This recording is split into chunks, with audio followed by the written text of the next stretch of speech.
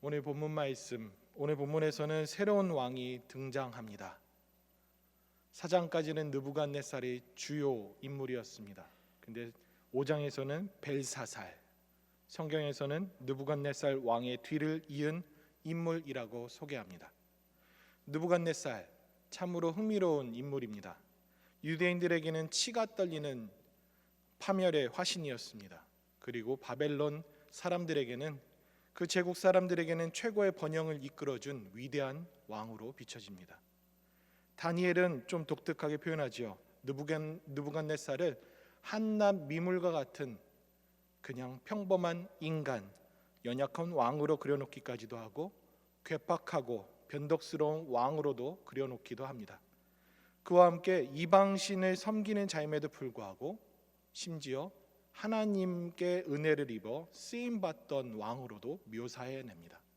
참으로 흥미로운 인물입니다. 4장 말미를 통해 그 막강한 권력을 휘두르던 느부갓네살 왕이 무슨 변고가 있었는지 그것을 지난번 설교 때 같이 나누었습니다. 역사적으로는 왕이 찬탈을 위한 모반이 일어났다라고 하는데, 그 후로 바벨론 왕국은 혼란스러운 시기를 끊임없이 지나갑니다. 사실 역사 이 이야기를 이 4장에서 5장으로 넘어가는 이 길목에서 참 많은 이야기들이 담겨져 있습니다. 벌써 띄워졌네요. 준비해 왔는데요. 저 내용들을 다 모르셔도 돼요. 그러나 흐름상으로 맨 위에 느부갓네살이 1번인, 중간에 있는 위에 꼭지점에 있는 1번인 그 왕입니다. 그 위치였는데 그 선대왕들이 더 있었지요. 그런데 느부갓네살이 가장 중점으로 돼서 양쪽으로 퍼져나가는 그 왕의 계보들이 있습니다. 이 가계도를 이해해야지만 오늘 본문이 한눈에 그려지기 때문에 그렇습니다. 한번 보면서 설명드릴게요. 첫 번째, 느부갓네살 왕이 43년의 통치를 끝으로 왕위를 아윌마르둑이라고 하는 2번 왕에게 물려줍니다. 느부갓네살 왕 밑으로 자손들이 상당히 많습니다.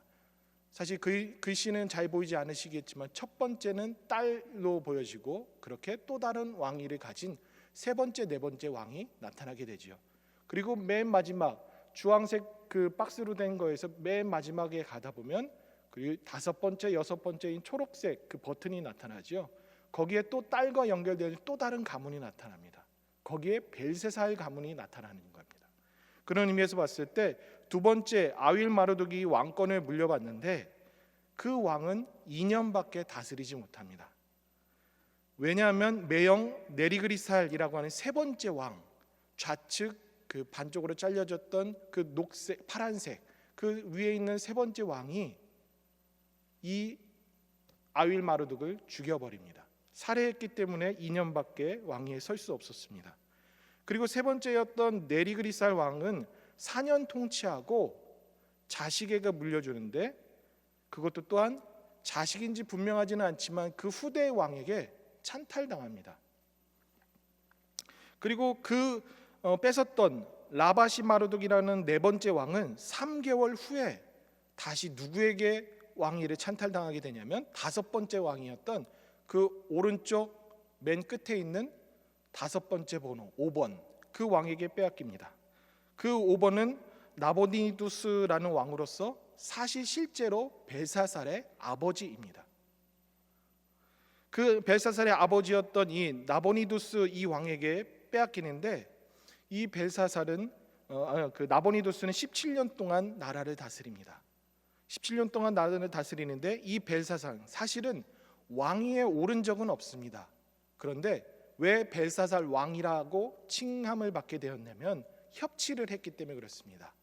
아버지가 전쟁터에서 10년 동안 바깥에서 나돌았습니다. 그러니 제국을 통치할 왕이 필요했고, 그것에 의해서 그 통치를 할 전권을 위임한 위임자가 바로 벨사살 왕입니다. 이 벨사살 왕이 5장부터 나타나는 이 흐름에서 계속 나타나는 건데, 이 계보도가 한눈에 보여지면 이 내용들이 조금 더 이해하기 쉽습니다. 사실 벨사살은 세자이지요. 왕자입니다. 그렇지만 백성들에게는 실제로 집권하고 다스렸던 왕이기 때문에 왕이라고 불려졌을 것입니다. 역사의 기록에 따르면 라바시 마르둑이라고 라바시마르둑, 즉 네 번째 왕을 죽였던 그 자가 벨사살이었다라고 얘기합니다. 벨사살이 그 네 번째 왕을 죽이고 아버지인 다섯 번째 왕을 세우고, 그리고 벨사살은 실제로 집권하였으며 왕위에 올라오지 않았다라는 것을 보게 됩니다. 그런데 실제로 벨사살이 네 번째 왕을 죽이고 아버지를 왕으로 옹립시켰던 그 과정들을 다 알게 된다면 얼마나 실권자인지 그것을 우리는 알 수 있지요. 참고로 한 번 더 띄워주세요. 계보들을 보시면 좌측과 우측 끝에 한 계보가 하얀색 박스로 이름들이 나열이 됩니다. 이곳은 바로 3번으로 되어지는 계보와 5번부터 되어진 이 계보가 다 느부갓네살의 딸들과 결혼한 가문들입니다. 먼저 3번, 4번 계열이 왼쪽에 있는 거기는 정상적인 혈족 관계입니다. 그러나 그 안에서 풍비박산이 일어났던 서로 죽이는 모습들은 있었지요. 그런데 이 5번 계보 오른쪽에 있는 벨사살 가문 이쪽은 정략적 결혼 관계입니다.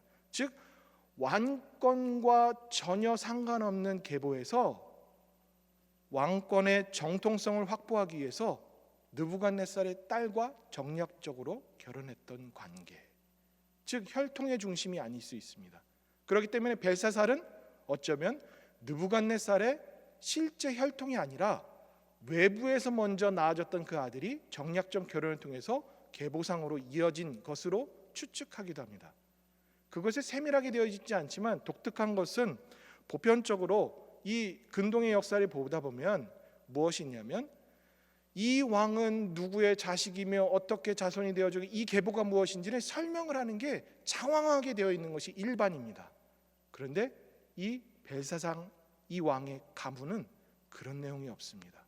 그래서 학자들은 이것을 가리켜서 정략적 결혼이라고 표현하면서 태생적으로는 느부갓네살과 상관없는 왕일 수도 있다라는 추측들을 함께 가지고 있지요. 이런 내용을 가지다 보면은 참으로 독특한 면들이 많이 보여지는데, 사실 오늘 본문에서는 감추어져 있는 것인데 이 계보들을 다시금 떠올리시면서 본문을 한번 살펴보도록 하겠습니다. 오늘 본문을 풍성하게 읽어볼 수 있는데요. 먼저 7절 말씀 보실까요? 7절 말씀에서 이런 말이 있습니다. 말미에 보시면 그를 나라의 셋째 통치자로 삼으리라, 이런 말을 합니다. 즉 갑자기 손가락이 나타나서 벽에 글을 씁니다. 그것을 놀래서 온 귀족들과 그 왕과 왕후들과 후궁들이 다 술판 벌이고 있는 그때 놀라 자빠져 있는 것입니다.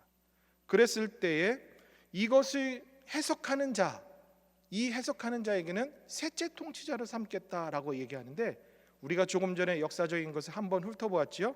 그런 의미에서 왜 셋째 통치자를 삼으리라라고 이야기를 했을까? 그것은 바로 뭐냐면 벨사살이 실제는 두 번째 위치에 있는 왕, 아버지가 첫 번째 위치에 있는 왕. 그러면 첫 번째, 두 번째, 그 다음 통치자인 세 번째 통치자로 세우겠다라는 것입니다. 이해가 되시지요? 그 내용들이 이 배경 가운데서 흘러오는 이야기입니다. 그렇다면 그 다음에 권력서를 격상시켜주겠다라고 하면서 또 그 다음에 나타난 인물이 누구냐면 왕비가 나타납니다. 다니엘서 5장 10절에서 12절 말씀해 보실 때 먼저 10절에 보면 첫 번째 주어가 나타나죠. 왕비가라고 얘기합니다. 왕비가. 이 왕비가 나타나서 그 일들에 대해서 놀라지 마십시오라고 하면서 한 사람을 추천하는데 그 사람이 바로 벨드사살이라고 하는 다니엘을 추천합니다.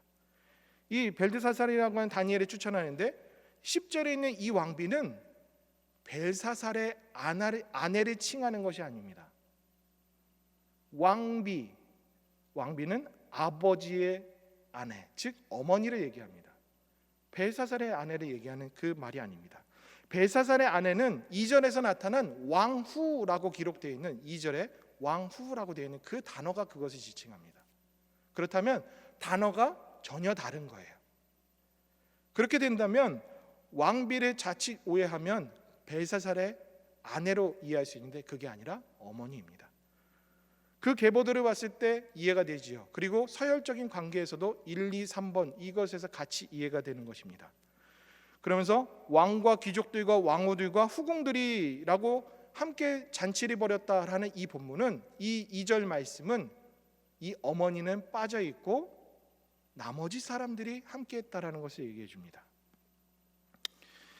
그리고 왕비가 다니엘을 소개하는 데 있어서 사실 벨사살은 모르는 것 같이 처음 듣는 것처럼 이해하고 설명해 주는 부분이 나와요. 그렇기 때문에 여기에서 벨사살은 다니엘이라는 존재를 몰랐을 수도 있겠구나. 왜요? 밖에서 세워진 가문이 정략적 결혼을 했기 때문에. 그런 것들도 같이 연결해 볼 수도 있다는 것이죠. 그런데 이 벨사살이 끝끝내 어떤 행동을 했는지 그걸 보면 우리에게 또 주는 메시지가 있습니다. 벨사살의 한 행동이 무엇일까요? 2절과 3절 말씀을 보시면 벨사살이 술을 마실 때 명하여 그의 부친 느부갓네살이 예루살렘 성전에서 탈취해온 은 그릇을 가져오라고 명하였고, 그리고 그것을 귀족들과 왕후들과 왕과 후궁들이 함께 마셨다라고 2절과 3절 말씀에서 이야기해주고 있습니다. 벨사살이 술을 마시려고 할 때 성전 기물들을 사용했다는 거예요. 앞서서 느부갓네살이 그 성전 기물들을 가지고 왔는데도 불구하고 한 번도 이런 일이 없었습니다. 그런데 벨사살은 성전 기물들로 술을 마셨습니다. 그게 바로 오늘 본문의 주요 핵심 이야기입니다. 벨사살이 누구와 함께 술을 마셨다고요? 1절 말씀해 보시면 귀족 1000명이라고 기록되어져 있죠. 그래서 분명하게 얘기했죠. 귀족 1000명을 위하여 그들의 목적으로 잔치를 베풀었대요. 아주 성대하게 큰 잔치를 베풀었다고 이야기합니다. 여기에 1절에서 나타난 귀족 1000명, 이들이 참 놀라운 사람들입니다. 이 사람이 어떤 존재인지를 알게 된다면 오늘 본문은 쉽사리 이해하기 쉽습니다. 이 잔치는 벨사살이 의도하고 귀족들에게 베풀기 위해서 꾸려졌습니다. 초청의 대상, 명확히 드러나 있지는 않지만 오늘 본문에 설명을 해주지 않지만 초청의 대상과 잔치에 일어난 일들이 왜 어떤 이유로 벨사살이 이 잔치를 열었는지, 왜 귀족에게만 열었는지 그것을 읽어볼 수 있습니다. 여기에서 잠깐 쉴까요? 힌트, 오늘 본문, 오늘 설교 제목이 바로 힌트입니다. 설교의 제목을 보시면 조금 이해가 되실 거예요. 선을 넘었다. 하지 말아야 할 그 일들을 행했다. 즉, 이 연애는 진짜 이유는 하나님을 능욕하려고 했습니다. 하나님을 능멸하려고 했습니다. 다른 이유가 아니었어요. 사실 느부갓네살의 이야기는 나타났던 이 4장까지 해서 갑자기 급변하면서 5장에서는 하나님을 치욕스럽게 하는 이 사건이 나타나게 돼요. 완전 극반전입니다.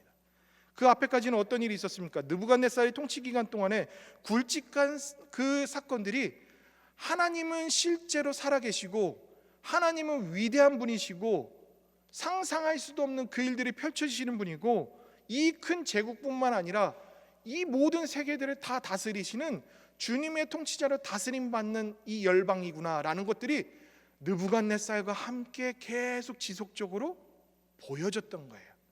그래서 느부갓네살은 그 하나님을 경험하고 어떤 일을 합니까? 칙령을 반포합니다. 하나님을 드높이는 찬송의 칙령을 반포해요. 그리고 4장에서는 하나님이 위대하시고 영원하시고 그 사람들이 있는 데서 그것을 마지막으로 그것을 드러내줍니다. 그런데 5장에서 너무나도 급변하지요. 벨사살은 그것을 전복시키고 그것을 없애버리기 위해서, 쉽게 얘기한다면 하나님 흔적을 없애버리기 위해서 이 잔치를 열었다는 것입니다. 더욱 명확히 드러나는 의도가 무엇인지 한 단어를 본다면 알 수 있습니다. 그 한 단어가 무엇이냐면 귀족이라는 이 단어입니다. 이 단어는 다니엘서에서만 8번 나옵니다. 더 확대하면 구약 성경에서도 8번만 나옵니다. 그 말은 뭘까요? 다니엘서에서만 나왔다는 거예요. 이 귀족이라는 이 단어가 5장에서만 6번 나옵니다. 6장에서 한 번 나옵니다. 그 나머지 한 번은 어디일까요? 4장 말미입니다. 4장 36절 말씀에 나의 모사들과 관원들이 라고 표현한 이 관원들이가 바로 이 귀족과 똑같은 단어입니다. 즉 무엇을 얘기합니까? 느부갓네살이 찬양하고 하나님만이 영원하시고 그분만이 다스리신다라는 그 모든 것들을 인생 말미에서 집권 말기에서 그걸 드러내며 칭송해서 온전히 하나님 믿는 사람인 것처럼 드러났던 그 사건, 그 현장에 있었던 사람들이 이 귀족들입니다. 이 귀족들을 의도적으로 불러서 벨사살은 하나님을 치욕스럽게 하기 위해서 이 잔치를 펼친 거예요. 그런데 앞에서도 느부갓네살이 사람들 모았잖아요. 네, 맞아요. 그런데요, 3장 2절 말씀해 보실까요? 총독과 수령과 행정관과 모사와 재무관과 재판관과 법률사와 각 지방 모든 관원, 여기에 쓰여 있는 한글로는 관원이라고 쓰여져 있잖아요.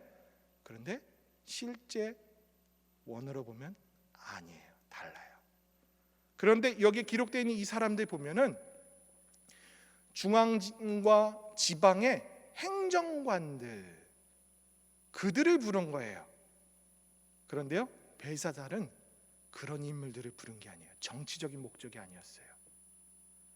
순전히 느부갓네살 인생 마지막에 있었던 그것을 참관했던 귀족들만 불러서 앉혀놓고 잔치를 한 거예요. 정상적이지 않아요. 느부갓네살과는 전혀 다른 모습이에요. 그렇기 때문에 이 잔치의 주요 이유는 무엇이다? 하나님을 지우는 자리다. 하나님을 능멸하는 자리였다. 그것입니다. 그래서 무엇을 했어요? 성전김을 가지고 왔잖아요. 술판 버리는 데 있어서 술잔으로 썼어요. 부어라 마셔라. 고주망태 되면. 그때 하나님이 개입하신 거예요. 선을 넘었구나. 하지 말아야 될 선, 그걸 넘었던 것이에요. 적은 의미에서 이 벨사살의 의도를 보면 느부갓네살의 말년 통치, 그 말년의 그 모든 것들을 벨사살은 수치스럽게 여겼던 거예요. 벨사살, 이 이름은 바로 무엇이냐면 벨이시여 왕을 보호하소서라는 이름이에요. 즉 벨신의 이름, 바알신이기도 하고 마르뚝 신이기도 한 그들이 최고로 왕이라고, 최고의 신이라고 여겼던 그 신, 그 신의 위대함을 드러내기 위해서 하나님을 지우는 사건이었던 겁니다. 그래서 느부갓네살의 나약한 왕이고 잘못된 왕이라는 것을 만방에 드러나기 위해서 이 잔치를 펼쳤던 거예요. 그리고 넓게는 자신의 위치, 이 왕권, 내가 느부갓네살 그 왕권을 전복시키고 새롭게 이 왕권의 승계자야 하는 것을 드러내는 자신을 과신하고 하나님을 능멸하기 위해서 했던 것이요. 젊은이들 쓰는 말로 한번 표현할까요? 벨사살, 정말 시계 선을 넘었습니다. 상상할 수도 없는 이 선을 넘어버린 거예요. 절대 넘어서는 안 되는 그 선을 넘어버린 거죠. 이쯤에서 우리가 정리해야 될 첫 번째, 신앙 안에서 우리는 선을 넘으면 안 됩니다. 넘지 말아야 될 그 경계, 그거를 지켜야 돼요. 그걸 넘어버리는 순간, 그거는 신앙인의 포기하는 것하고도 같은 거예요. 하나님을 두려워하는 자라면 벨사살처럼 할 수 있을까요? 느부갓네살은 성전을 타파했어요. 망하게 했어요. 그런데도 넘지 않았어요. 성전 기물들을 함부로 사용하지 않았어요. 그런데 벨사살은 그 선을 넘어버렸어요. 그런데 너무나도 기가 찬 것은 벨사살은 그렇다 치고 귀족들은 뭐예요? 귀족들은 봤잖아요. 귀족들은 그 광경에서 놀랐을 거예요. 그런데 그들은 그것에 합류해요. 그걸 어떻게 해석할 수 있을까요? 하루아침에 정권이 바뀌어지고 대세를 따른 거죠. 그러면서 하루아침에 자기 목숨 부지하기 위해서 자신의 지위와 재산과 소유를 지키기 위해서 자신들이 경험했던 하나님의 놀라우심 상관없이 그냥 자기 소유를 위해서만 나아갔던 거예요. 그들도 해서는 안 될 선을 넘어버린 거죠. 여러분, 신앙 안에서 하나님 앞에서 양심을 속이는 그런 일들이 없으시기 바랍니다. 선을 넘지 마세요. 하나님은 운운하고 하나님을 위한다고 하지만 정작 우리의 의도, 내 개인을 위해서, 나를 드러내기 위해서 한다면 그게 바로 선을 넘는 거예요. 하나님은 우리의 속마음을 꿰뚫어 보시는 분이에요. 그렇기 때문에 신앙이 있는 자는 하나님을 두려워할 줄 알아요. 아무리 내가 가지고 있는 힘과 권력과 이런 것이 있어도 넘지 않음을 자제하고 절제한다는 거예요. 왜요? 하나님 두려워하는 것을 알기 때문에. 벨사살은 정말 세게 하나님의 원치 않는 그 선을 넘어버렸습니다. 이 잔치의 설계자가 누굽니까? 벨사살이죠. 모든 상황의 흐름들을 누가 계획한 것입니까? 벨사살이죠. 그런데 종국의 벨사살이 한 행동이 뭔지 아세요? 4절 말씀 볼까요? 그들이 술을 마시고 그 금, 은, 구리, 쇠, 나무, 돌로 만든 신을 찬양하니라. 기껏 그 놀라우신 하나님 능멸하면서 한 행동이 썩어질 것에 머리를 조아리는 거예요. 썩어질 것에, 무너질 것에 의지한 거예요. 하나님을 믿는 저와 여러분들, 우리가 봤을 때 너무 기가 차고 허망하지 않나요? 벨사살이 뭘 위대한 걸 할 줄 알았더니 기껏 나무에 절해요. 돌에 절해요. 그냥 금속 덩어리에 절해요. 그걸 신이라고 여겨요. 이해가 안 되죠. 근데 벨사살은 그 행동을 했어요. 근데 반전의 내용이 있어요. 느부갓네살 어떻게 했을까요? 4장 말미에서 이렇게 고백합니다. 지극히 높으신 하나님께 감사하며 영생하는 하나님을 찬양하고 경배한다라고 고백합니다. 그리고 그의 권세는 영원하며 그의 나라는 대대에 이를 것이라고 얘기해요. 35절에는 땅의 모든 사람들은 없는 것 같이 여기시며 하늘의 군대든 땅의 사람이든 하나님 뜻대로 하시는 분이시다. 그가 하시는 일을 막을 자가 없고 왜 이렇게 하셨냐라고 할 사람이 없도다 라고 느부갓네살 입에서 이 고백이 나왔어요. 그러면서 그가 한 말이 뭐예요? 낮추시는 하나님, 낮추시는 하나님. 그런데 벨사살은 오만방자하지요. 전지전능하시고 영원하신 하나님을 기껏 금속이나 돌덩이에 나무 조각 그것보다도 못한 분으로 능멸하고 있는 것이 바로 이 잔치 사건이에요. 정말 이해할 수 없는, 어이가 없는 사건입니다. 두 번째로 우리들에게 얘기하시는 것은 영원한 것에 관심을 두기보다 썩어질 것에 관심 두는 그런 자들이 우리 사람이라는 거예요. 사람은 그런 존재야 라는 것을 고발해 주시는 거예요. 벨사살은 신앙이 없는 자이기 때문에 그렇다 치지만 귀족들은 영원한 것을 맛보았어요. 하나님의 역사하심을 목격했어요. 그런데 그들은 썩어질 것을 위해서, 자기 목숨 부지하기 위해서 그 영원한 것들을 저버려요. 어떻게 이렇게 어리석을까요?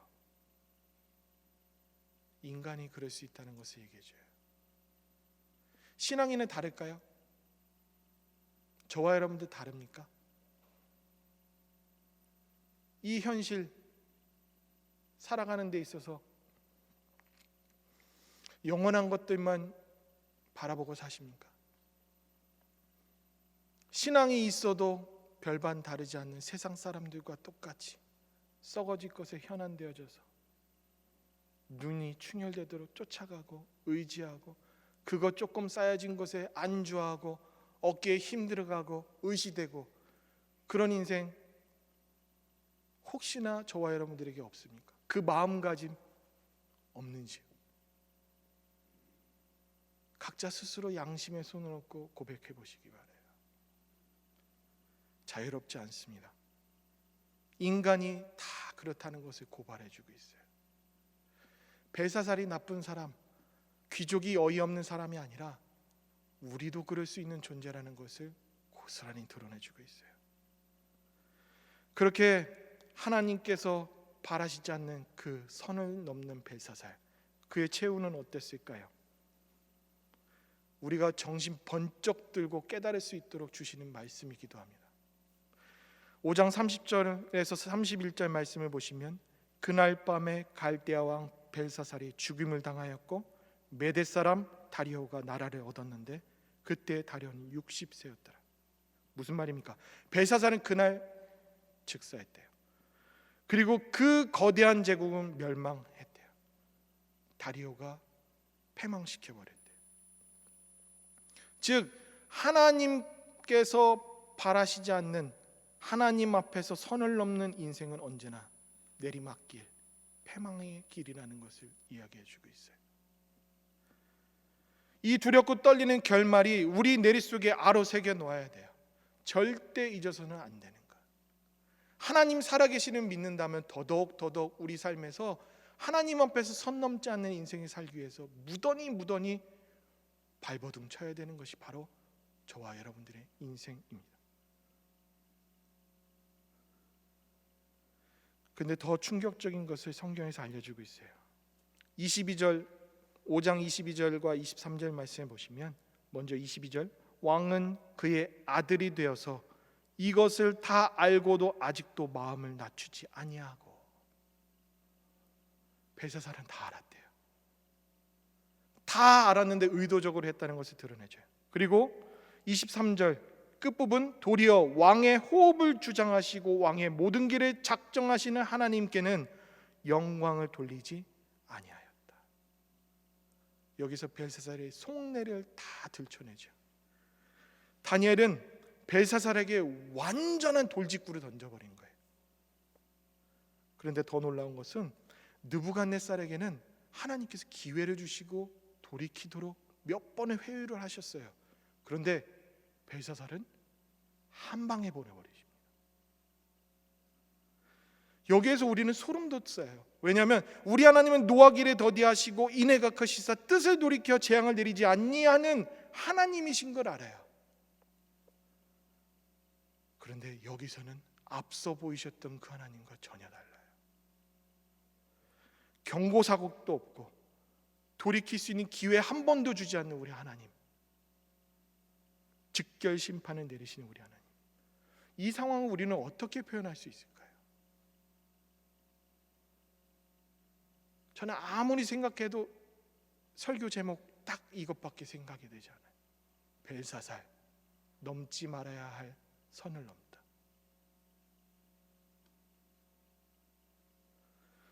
성도 여러분, 하나님의 은혜를 값싼 것으로 바꾸지 않기를 바라요. 우리가 누리는 진리 안에서 향유하는 인생, 예수님의 핏값으로 지불된 은총이라는 것을 우리 깨달아야 돼요. 그것을 기억한다면 우리가 그 선이 무엇인지 불분명할지라도 하지 말아야 될 것에 대해서 끊임없이 성령님이 양심이 가르쳐주고 깨닫게 해주시는 것을 우리는 지키려고 하는 신앙인다운 면모가 살아남아 있을 거예요. 그런데 우리는 아직 견딜만해, 살만해 하는 마음으로 우리는 안주하지요.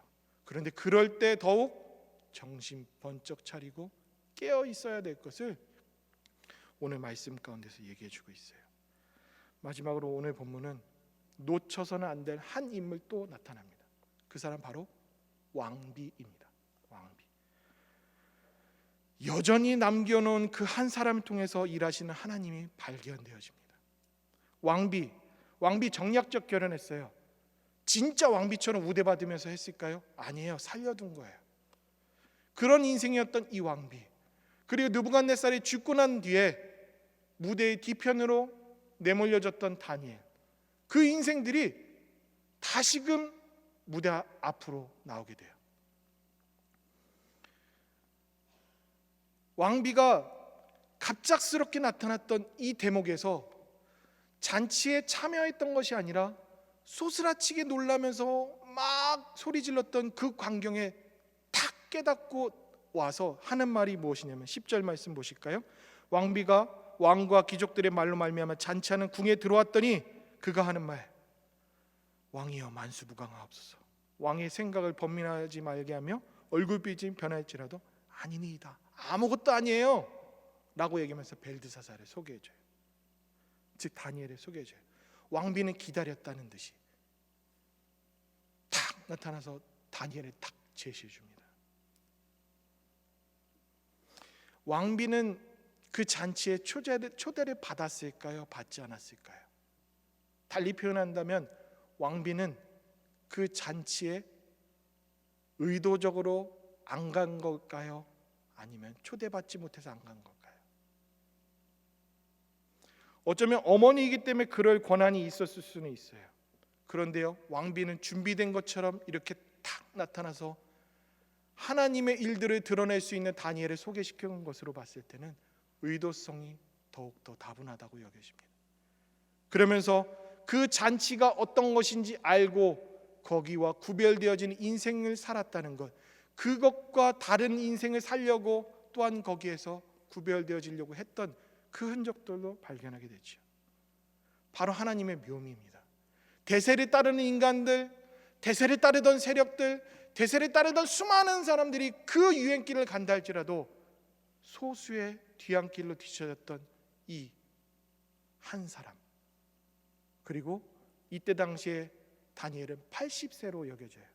노인 한 사람 또 들어 쓰시는 거예요. 뒤로 밀려났던 것 같지만 구별된 그 한 사람을 또 부르셔서 하나님께서 하나님의 일들을 하시는데 이 역사를 나타내는 거예요. 목숨 부지하기 힘든 그런 상황이었어요. 그런데요, 오늘 본문에서 12절 말씀에 보시면 왕비가 다니엘을 어떻게 소개하는지 한번 보실게요. 이 다니엘은 마음이 민첩하고 지식과 총명이 있어 능히 꿈을 해석하여 은밀한 바를 밝히며 의문을 풀 수 있었나이다. 여기에서 마음이라는 단어는 영을 얘기해요. 이 영, 즉 11절에서 거룩한 신들의 영이 있던 사람이 다니엘입니다라고 얘기하는 이 영, 이 단어가 무엇이냐면 마음이 민첩하다는 것은 즉 영적으로 명민했다는 것을 얘기해주고 있어요.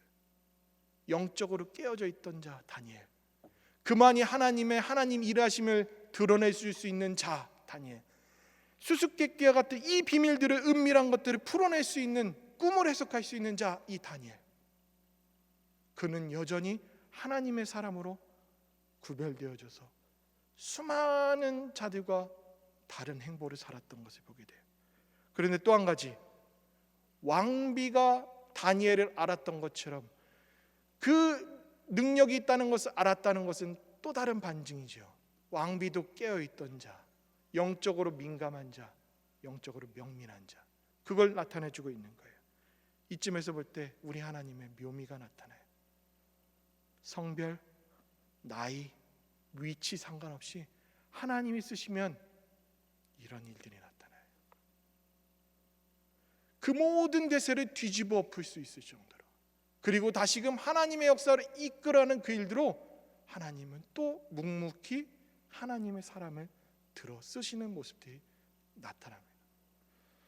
5장 참 어려운 것 같지만 명료하게 우리에게 가르쳐 줍니다.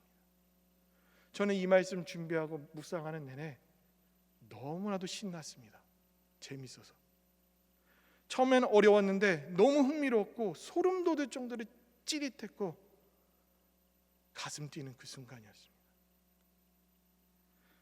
그래서 이 추수감사절에 이 말씀이 좋겠다 하는 마음도 들었습니다. 왜요? 이 하나님이 우리 아버지잖아요. 이 하나님이 지금껏 우리와 함께 하셨잖아요. 이 하나님께서 우리는 인지하지 못하고 우리는 뒤안길로 밀려져 나가는 인생 같을지라도 하나님 앞에서 서를 넘지 않으려고 살았던 그 인생들을 다시금 하나님 무대 위로 올려주시는, 또 하나님의 일들을 펼쳐가시는 하나님, 그 하나님이 오늘 본문에서 고스란히 드러나죠. 하나님의 사랑임에도 불구하고 벨사살처럼 스멀스멀 세상에 끼웃끼웃하는 그런 인생 살아가지 마시기 바랍니다. 선을 넘지 않는 인생. 그래서 진정한 다니엘과 왕비처럼 구별된 인생 살아가셔서 하나님 안에서 더 많은 것들을 누리시고 그 감사함이 매일매일 삶 가운데서 스케치를 하고 수놓고 살아가시는 저와 여러분들의 풍성한 삶이 되시길 바라서 이 말씀 전해드립니다. 함께 기도하시겠습니다. 살아계신 하나님, 역사의 그 흔적들 가운데서 하나님을 발견합니다. 하나님이 어떻게 펼치셨는지, 하나님이 계셔서 얼마나 우리에게 감사한지, 우리는 하나님 어디 계시는지 답답해하는 그 순간일지라도 하나님은 그 열심으로 언제나 한결같이 일하셨던 분이라는 것을 우리들이 다시금 떠올립니다. 하나님, 우리 인생이 지금은 답답하고 힘들지라도 하나님의 장중에 붙들려진 인생이기에 다시금 한 발 내디디며 세상을 걸어가겠사오니 주님 동행하여 주시고 인도하여 주시옵소서. 예수님의 이름으로 기도드리옵나이다. 아멘.